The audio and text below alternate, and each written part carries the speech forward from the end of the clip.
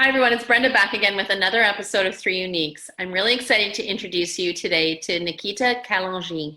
Nikita is based in Calgary, and she is a change management and project management professional. She works in the IT area in her organization. Nikita, welcome. Thank you for having me, Brenda. It's so great to have you on. And tell us a little bit more about yourself. Like, what else are you doing right now? Because there's something exciting I think that you need to share with us. Yes. Well, I'll start with I'm heavy in the community involvement aspect because I'm very much a advocate for our Black community as well as women, and even more so to women of minority. So I'm very much into the advocacy rail, as well as I'm an ambassador for Fast and Female, which empowers young girls between the age of 7 and 15 to participate in sports, to get them engaged, because there's a low turnout in that age range because their friends aren't doing it. So we try to empower them through like little team rallies, team building activities. Right. Obviously, everything has pivoted to virtual, but we just had a very successful, another 300-person summit, and we did it virtually across Canada.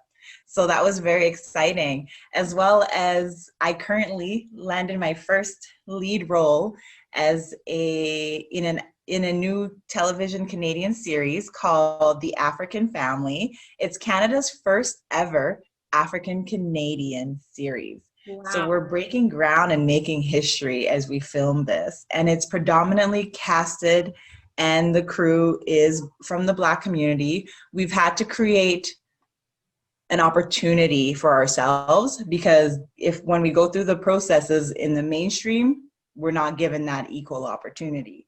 But now, given everything that's happened this past year with the Black Lives Movement, people are starting to make more attention to us and shine the light on us and actually hear our voices. So my dad is quite excited because he says he's a born and raised in Southern Saskatchewan, Caucasian, son of a farmer and war vet and an editor. He says, "How much are you putting into this?" And we're like, "Well, it's going to be $200K so far." And he's like, "Oh, perfect. That means my demographic, the ones that make the decision in the film industry, will take you guys seriously." So even my dad and his peers are really excited about it. People across Canada are talking about it. So we are currently in post-production. We do have about 90% of it filmed, but we will be finishing up our filming in the spring/summertime, because obviously in Calgary snow comes, but it's not part of the plot line right now. So you can look out for it, for either it'll be in 2021 or 2022, depending on which network picks us up. So cool. And is it taking place in Canada? Like, does the storyline take place in Canada? Yes, so the storyline takes place in Canada, more specifically even so in Calgary. So we are actually, a lot of our filming locations are local businesses. We're trying to bring revenue for those within the community so we can build up our economy again, given the COVID pandemic as well as the recession. So it's all filmed in Calgary. A lot of the actors and like my co-stars and supporting actors are local.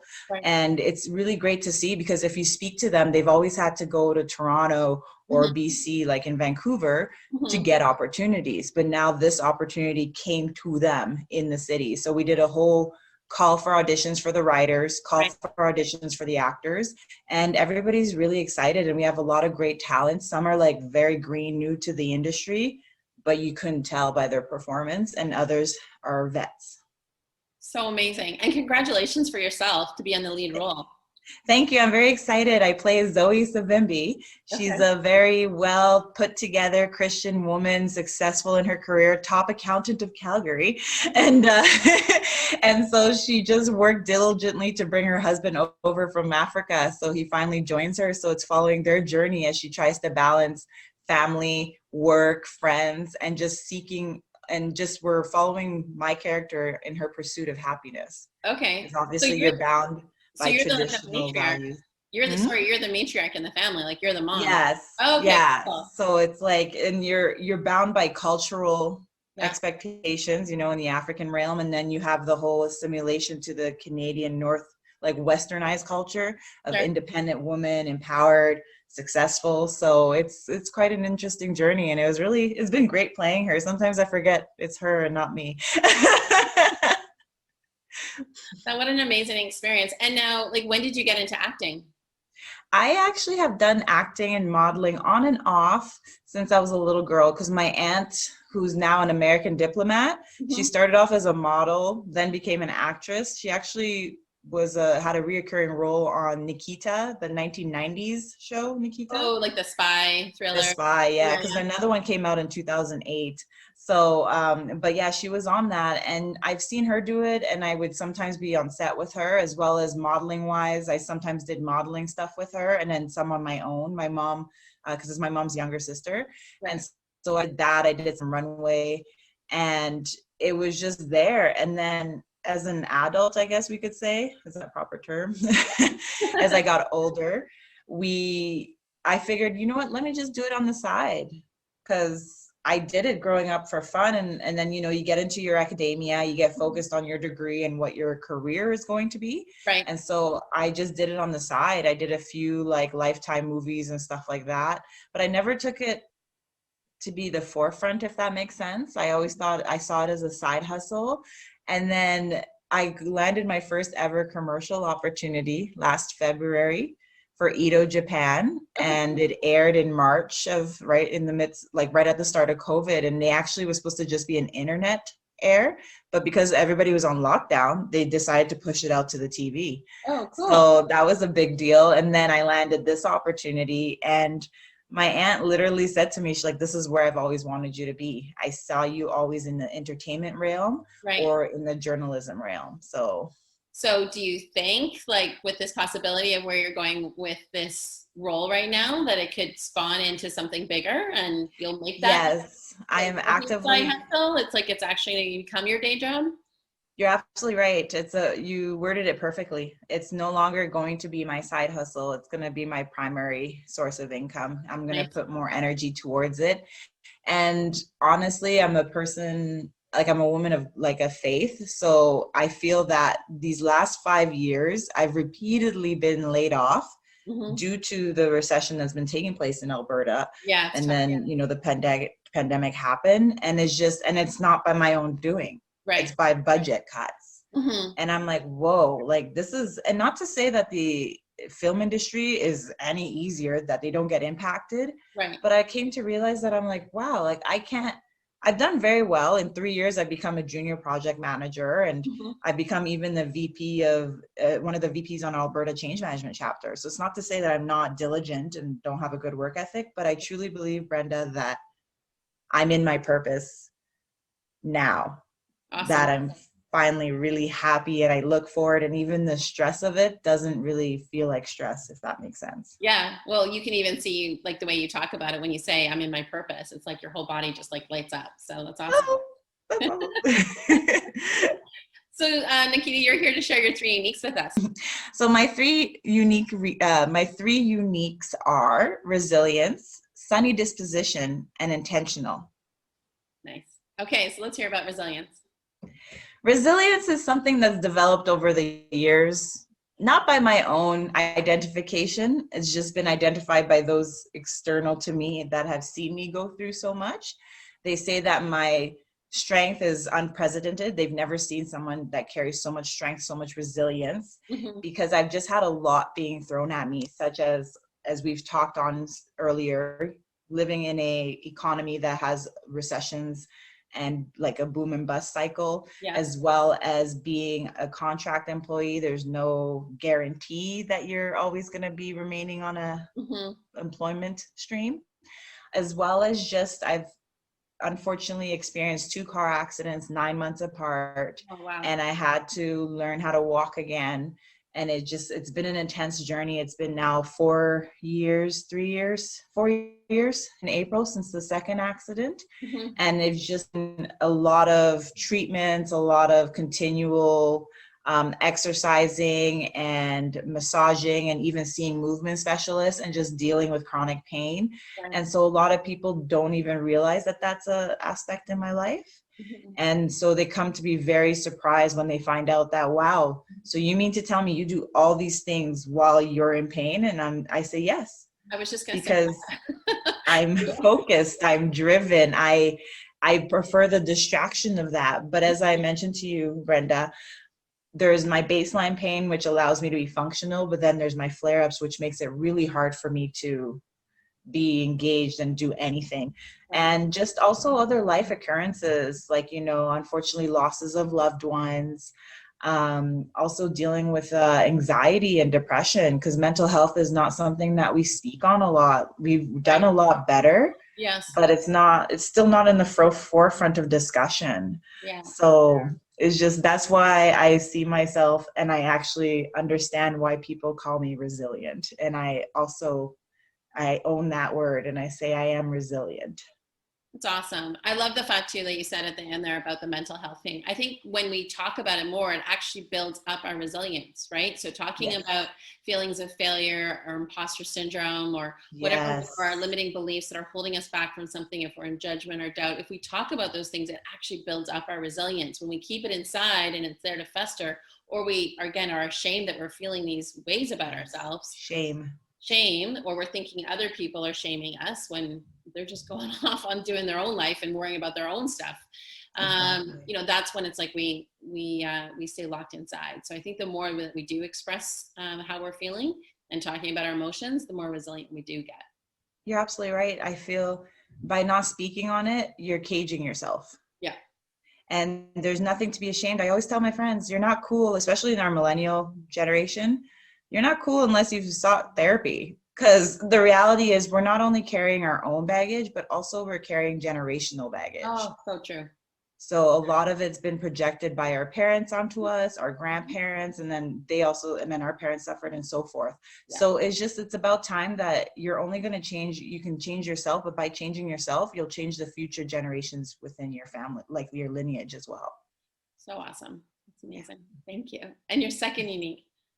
Sunny disposition. This one, I didn't even know, because my dad is a born and raised Saskatchewan man. Go Riders! You bleed green in our house. There was no choice. And he was the type, he's always taught me growing up, he taught me about business and work ethic, Yeah. Like I said to you today, I was like, I'm sorry I'm late, but wait, I'm on time. So my dad's mantra was, you show up to any meeting or anything you got to be at 15 minutes early, right, so that you can be prepared and you can be ready to settle in. Because if you show up on time, you're late. Mm-hmm. And so I've always took that to, and also he said, Nikita, when you go to work, life will happen. But be sure that when you cross that threshold into work, you're all about work. Stay focused, stay driven. Don't bring your emotions or baggage into the workplace. You can work on those things at home, but when you're at work, be dedicated. Be there to support your colleagues, support your bosses, right? Because that's what you're there for. Right. And so I've always just been that type of leave the garbage at the door. I've gone through a lot. I even had a friend pass away. I didn't sleep all night.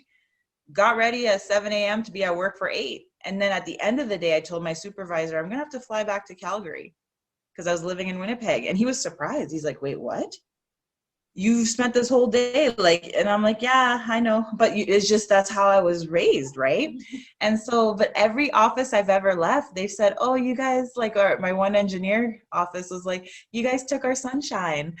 She was the sunshine in our office. And I was like, oh my goodness. And then I've heard through hearing about my references that they refer to me as having a sunny disposition, that she, no matter what, she will try to keep morale up in the office workspace, that she'll try to encourage and empower her fellow colleagues. And that's just innately in her. And even on my sports teams, because I played up until end of university, right, I've always been the one that's like, guys, let's look at the positives here. Let's capitalize on the positives, right? I don't know, maybe being on a team my whole life created that sunny disposition, because even in that realm, it's not, mental health is so crucial in sports, but it's not spoken on, it's spoken less. And there's a lot of bullying in sports, right? Whether it's from teammates or coaches. So to be able to continue to try to stay optimistic in those types of environments, right, is why a lot of people see me as having a sunny disposition and always being positive. It's so awesome. I think the other thing too, like you mentioned about the engineer making that comment about losing their sunshine, what struck me is that you're also very much in service to people, Like everything that Yes. you're doing, like you volunteer your time, whether like even in acting, right? You're like, you're in service. You want to carry a message forward, and the message that you're carrying forward also in this this new piece that you're investing in and working on is carrying the forward the message of our African community in Canada Yes. and what it's like, and and that's in service, right? It's educating non-Black people about what it's like to be Black in Canada and working and thriving, and also supporting in service your Black community and getting them represented in film, which I think is amazing. So it just sounds like all these intersection points that you're sharing with us, it's like you're really in service to other people, and you're doing it in a way that, like, through your resiliency, through your sunny disposition. It's awesome. So let's hear about your You're story. absolutely, I never actually looked at it like that, You never Brenda. thought about it that way? That you're No, I never thought of it that way. My friend said that I'm really a type that has a spirit of servitude, but it never really stuck in. But sometimes I guess you need to hear it in different wording. yeah. But yes, I guess, yeah, when I look back now, everything I do is in service. You're absolutely right. Even change management or project management, right? You're in service. You're there to like Yes. help, like, a system or a process become more efficient, help people navigate through the change or process through the change. It's all in That's service. exactly Right? it. Yes, I'm a facilitator of servitude. It's awesome. I'm glad we could discover that together. I'm excited. I love learning new things. And then your third unique. Intentional. Especially this past year in 2020, I've grown to realize that I am very intentional. Mm-hmm. Everything I do, I'm intentional with my relationships. I'm intentional with my career, regardless of which path I choose to take. I give it my all. Even dealing with chronic pain, like my producer and director would be like, hey, do we want to cut this day short and just let you go home, get treatment, and then calm your back and come back? I'm like, no, let's get it done. Mm-hmm. So for me, everything I do, I remember that my name is stamped on it.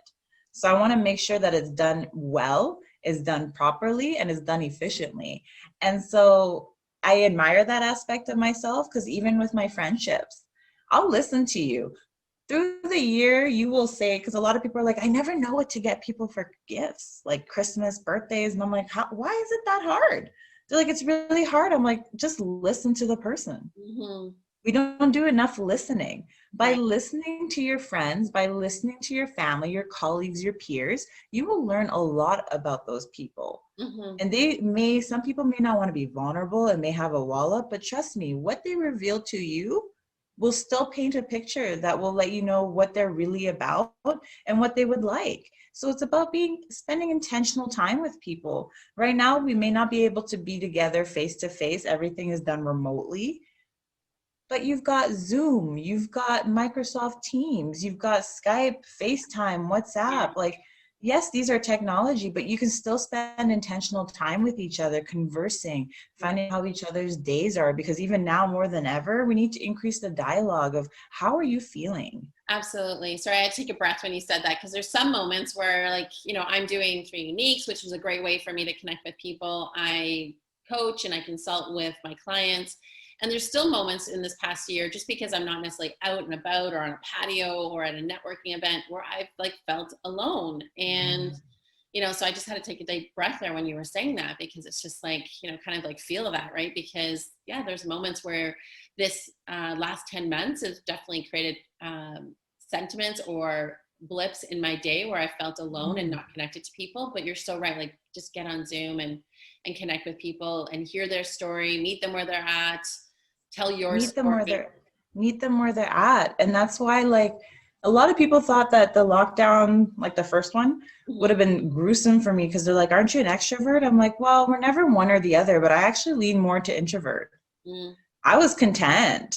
My living room turned into a yoga studio, a workout studio, dance studio. I started dancing again. I started singing again. Like, I literally, like, the way I helped my friends that are extroverts that needed that was that I say, hey, okay, guys, welcome to your COVID retreat. What's on your itinerary today? And I would say, even those that, because unfortunately I was laid off, but I would say, hey, okay, if you're working, how are you going to make your day more fun? Put some things in there that you haven't been able to do. I told a lot, even those that were laid off like me, I'm like, this is an opportunity for you to revisit your hobbies. Get reacquainted with passions that you had as a kid, as a teenager, as a young adult. Yeah. Revisit all that. Get reconnected, get anchored again and rooted. And that's how I am intentional. I like to help, like I recognize and I know my friends that will need those check-ins. And so I literally, they could set their clocks. I would check in on them and be like, hey, so you said you were going to do a few movements today. So did you go for your walk yet? You know, like you don't have to go to the gym, but go for a walk, get some fresh air. Yeah, what's also coming up for me is that, you know, I talked earlier about you're in service. So that's being also in service to your friends and family, right? Like just helping them. Yeah. Like it's just like, it's like all this thread is being linked together. The other thing I'm hearing a lot from you too is that you have a very strong growth mindset. You know, because a lot of people I think would have like taken those situations like you described, like, you know, stuck in my apartment all day, working or not working. What should I do with my time? Feeling alone, feeling disconnected from the world. And you took it upon yourself, like, let's move away from that fixed mindset of we're stuck to how can we learn from this? How can we grow? How can we shift? How can we rediscover what's important or value to us, our passions, our values, our purpose, and get connected with that. And so it's like you just like in service to people, you're also helping them grow, which is amazing. Do you see that in yourself? Do you see that? I'm being more intentional this year to actually start seeing myself for what I am, because I'm constantly, no fault of my own and no fault of my the elders in my community in the familial sense, but I'm always being told I'm not living up to my potential. And I recently just started being like, well, define potential, please. Mm-hmm. Yeah. Because I have a degree. I, in 3 years, became a junior IT manager. That's a big deal. I got a seat on the executive board for a change management. I am an ambassador here. I'm a co-founder, which I didn't mention, but I'm a co-founder for a non-for-profit called SOS Congo, sharing our stories. We're raising awareness of the Congolese culture in Western Canada. So how am I not living up to my potential? Yeah, I'm just sweating thinking of all the things that you're doing right now. It's amazing. It's amazing. So for having this discussion with you has also been an awakening, you know, and I look forward to getting the recording myself, because I think it's going to be a really important reminder for when I have those external and the internalized voice saying you're not doing enough, you're not this. And it's like, if anything, I think I need to just take a beat and breathe. Maybe, or you found your cadence, you found your rhythm, and so like you're in flow, right? Like that's the cool thing about it, that, you know, being in your purpose and truly living your potential doesn't necessarily mean that you're exhausted. I think you become more tired, more fatigued, more exhausted because you are hiding, like, you know, concealing your purpose or trying to live someone else's vision or values. Right. And so, or that very exhausting, or that generational belief system that you've grown up with. And so you're trying to fit, you know, square peg, round hole. That becomes really tiring. And I think when you're fully engaged in your life, you're living your purpose, you're living your three uniques, it's like you're in flow. It just, there's times to sleep, there's times to run, there's times to sprint, there's times to crawl, like, but you're in flow, and it just feels, it feels comfortable, right? No, that's all said, Brenda. Yes, very therapeutic session here. Sometimes that comes out of it, but I know, like, I'm learning lots from you, you're learning, so it's all cool.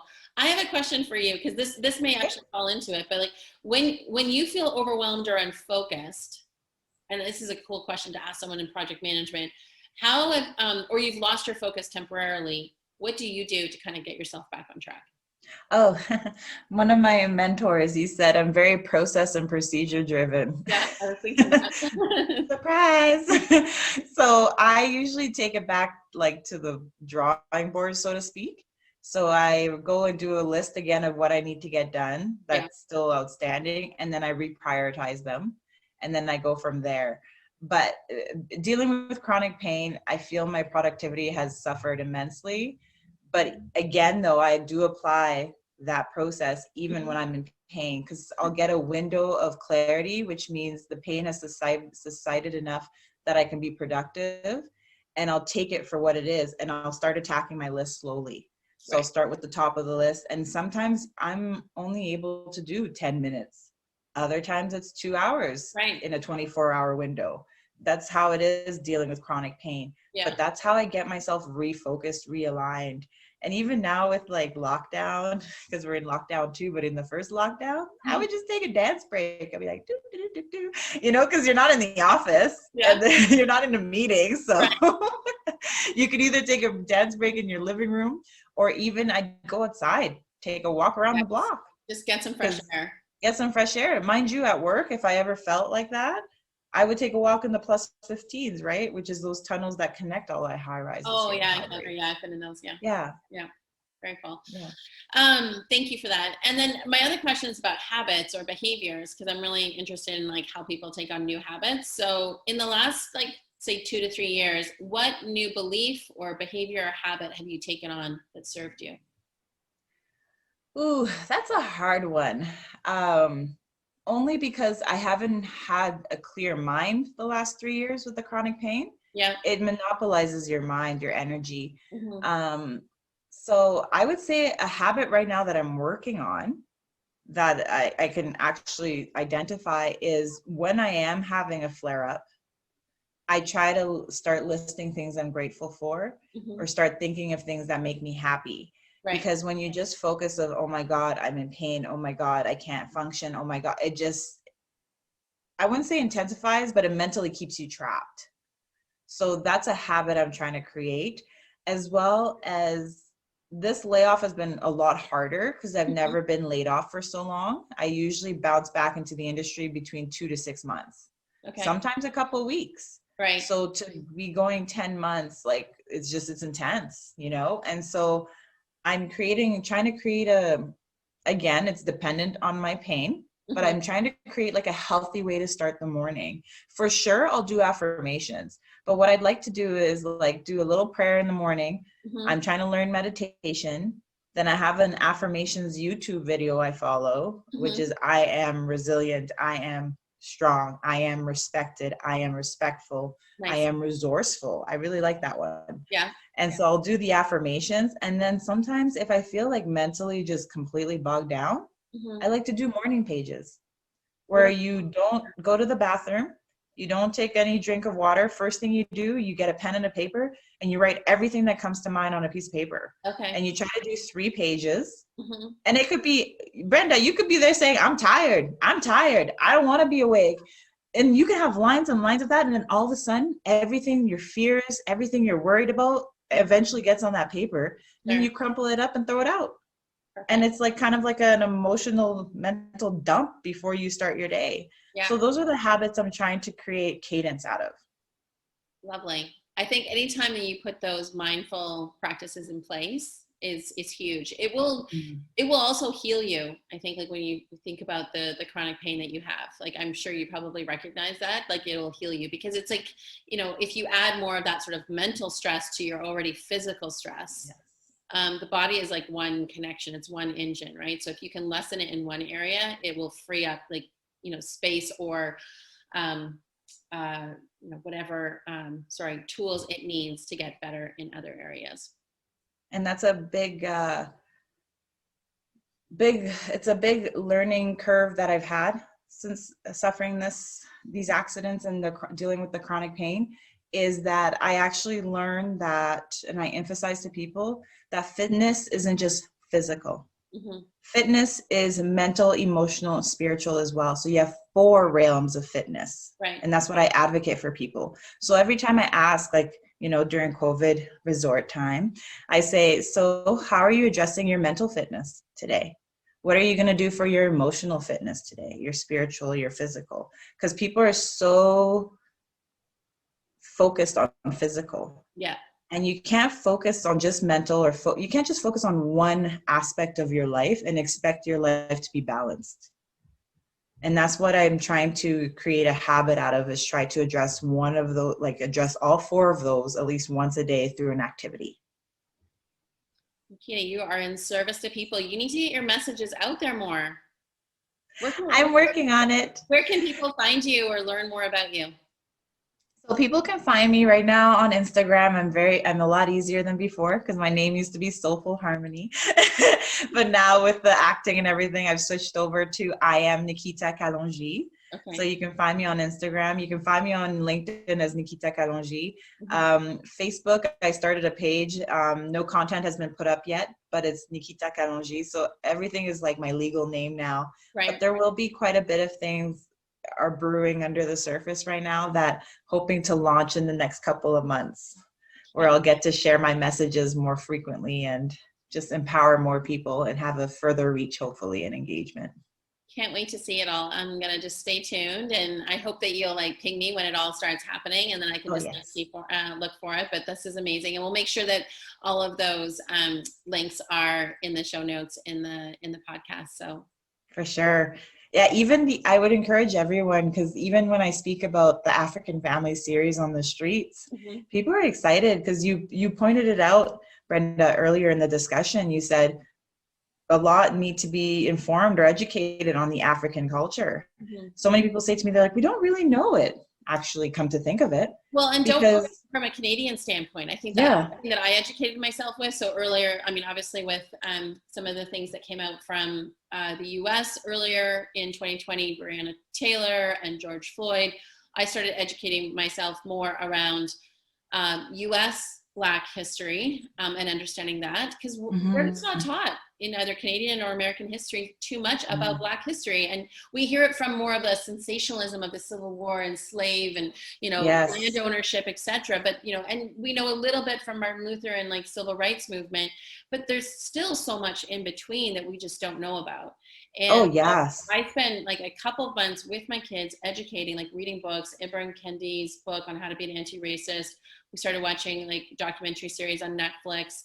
But then I started also reading about Black history in Canada and Oh, I got understanding. a book list if you'd like. I'll send you some book Okay, recommendations with please, yeah, that. put it in Sorry to interrupt you, but that'll definitely, if you guys are interested in that, I have a few books, as well as people fail to realize the Underground Railroad Yes, led to Nova Scotia. yeah. Like a lot of people, like a lot of my peers, like one of my friends, somebody was like, oh, my people have been here longer. It was a Caucasian person. And she's like, really? My family's been here since the 17th century. Yes, Black people were already settled. And even in northern Alberta, like about, I think, 10 miles north of Edmonton, Hmm. a whole settlement from Texas and Oklahoma Wow. of Black people within Yeah, Alberta. But it's not, you only hear about it during Black History Month, and that's only if you're participating in the activities right. that the province and the cities are facilitating. Yeah. So I'll share those book lists to you. But yeah, you're right. We in the Canadian history, there's not much emphasis. I can't speak on Alberta's curriculum because I wasn't brought up in it. But Hmm. in Ontario, at least, we learned quite a bit about our Indigenous tribes out there. We learned a lot about the Algonquins and everything. Like they Right. even would come to class and teach us how to make things, how to cook and everything. So Mhm. that was part of our grade 5 curriculum. But I Right. don't know how it is here or how it's been in It is Alberta. in BC for Indigenous cultures. My children, again, in grade 5, grade 6, they Oh, learned yes. quite a bit about our Indigenous cultures on the West Coast, and I remember doing that as well. And then in Vancouver, we have our Museum of Anthropology, which is an Yes. amazing collection of artifacts and Indigenous culture. So I remember going there all the time as a kid, and still to this day, I love going there. It's an amazing experience, I think, to take children to. But yeah, I was probably more U.S. based for myself, just because of Mhm. prominent players like a Martin Luther, et cetera, coming out and alongside the Kennedys, et cetera, during the whole civil rights movement, that I learned more about Black history. But I just didn't invest. I didn't know, and so that was one of the things I started doing in this past summer. Is just like, oh, okay, so this is going on in the U.S.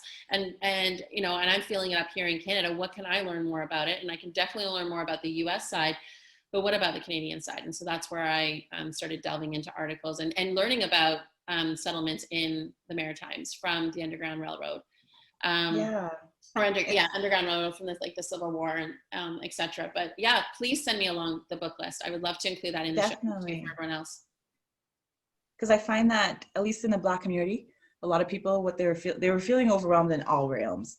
Like this was exhaustive, especially June was exhaustive, and what was really hard to deal with was when people would be like, well, I'd rather not say anything no, because you haven't been saying anything. You've been silenced this whole time. So even if you don't know what to say, just ask, how are you? Be intentional and ask, how are you doing? Yes. Because it was overwhelming during that time. Because for me, it's not a trend. I am an advocate. So to have it everywhere on mainstream media, on social media, people are trending it. It was exhaustive for a person that like is intentional about advocating. Yeah. And so for you to just look at me silently and just be like, oh, well, I just didn't think to ask, or I didn't feel, and I'm like, that's you just being ignorantly bliss. Yeah, no, it's not like any other day. Like, it was obviously a bad day. And like, you know, and if you're feeling that as a white person, how does a person of color feel today? That's like exactly probably it. 10 times worse. And for everybody else that is a person of color. So I think that's the thing too, is that we talk about, I agree that like with everybody that like talks about what we need to get done, like there's a whole level of systemic racism, discrimination in our government systems or healthcare or education, workplaces that we need to look at. But I think the first thing we need to do is just check in from a mental health check-in. Like, hey, how are you? Are you doing okay? Yes. I saw the news yesterday. It was pretty crappy. I'm feeling, yes. How are you feeling? Like Just like you would talk to your fellow peer. What's wrong with asking us that? You know? And then from there, start educating yourself, start learning, look how you can get involved, look how you can change systems. Yes. You know, make commitments to make the change, et cetera, right? And lobby for that change, you know, through your elected officials, et cetera. But exactly. at the first time, like, let's just recognize each other where we're at. How are you doing? Like, you're a human being. You must be feeling some type of pain about this. That's exactly. And even with the Black community, I told them, I'm like, you want to know why you're feeling overwhelmed? You're feeling overwhelmed because you're focused on what's happening in the United States and you can't do anything about it. Mm-hmm. So scale it back. Focus on your region. Right. Because trust me, those injustices exist. Like even, especially in Alberta, there's a long list of police brutality against the Blacks. Mm-hmm. But because Canada has been historically focused on making things right with the Indigenous, those other realms and other minorities and the suffragists, because even the Japanese were like had a sense, like a sort of concentration camp when they came to work on the railway.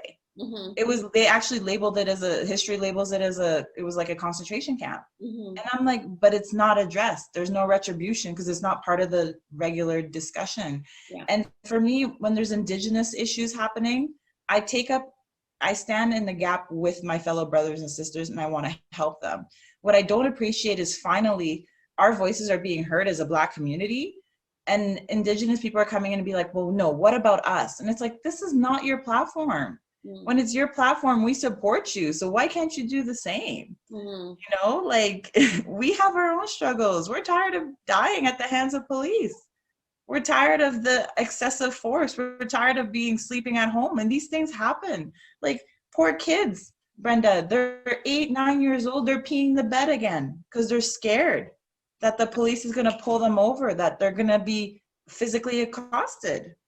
And that's not okay, you know? And so that's why I tell people, I'm like, focus locally. Mm-hmm. By focusing locally, by getting educated with what's happening in your borders, in your municipality, you'll have a better sense of control and you can see where you can contribute and where you can improve. Right. Yeah. And be a leader in your community, be a leader with your neighbors. Yes, exactly. Yeah. Awesome. Nikita, we could go on. I love chatting with you. You're such a force of service and growth, like I mentioned earlier, but just joy to connect with. So thank you so much for your time today and sharing your 3 Uniques with us. It's been a pleasure. Thank you for having me. I feel truly blessed. This is something I was really looking forward to. And I appreciate that you actually have to think. You actually have to really reflect and be like, okay, what are my 3 Uniques? What do I see myself as, or what have I discovered about myself that would describe me, you know? So it was a really good activity. Glad you were able to participate in it. It was awesome. Thank you. And for everyone listening, remember, I always say this at the end of every single interview. There's 7.5 billion people on this planet. Somebody needs what you've got. So get out there and share your 3 Uniques with the world. Thanks, Nikita. Absolutely. You're welcome.